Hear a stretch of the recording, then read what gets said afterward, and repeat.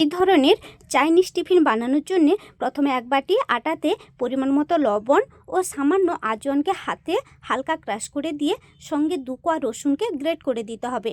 এরপর দিতে হবে লঙ্কার গুঁড়ো, গরম মশলার গুঁড়ো ও ধনে গুঁড়ো দিয়ে অল্প একটু তেল দিয়ে ভালো করে মিশিয়ে অল্প অল্প জল দিয়ে মাখিয়ে শক্ত মাপের একটা ডো বানিয়ে উপর থেকে সামান্য তেল লাগিয়ে নিতে হবে।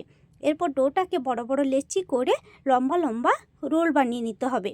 এরপর ফুটন্ত জলে রোলগুলোকে দিয়ে কিছুক্ষণ ভাপিয়ে ছেঁকে তুলে ঠান্ডা করে পিস পিস করে কেটে নিতে হবে।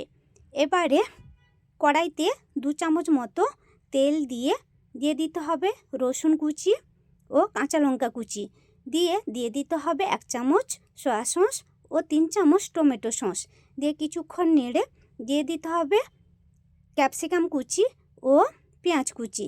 এবারে কিছুক্ষণ আবারও নেড়ে দিয়ে দিতে হবে 1 চামচ ভিনিগার ও হাফ চামচ চিনি, দিয়ে কষিয়ে দিয়ে দিতে হবে টুকরো করে রাখা আটা রোলটাকে। এরপর নামিয়ে তিল ছড়িয়ে নিলেই চাইনিজ টিফিন রেডি।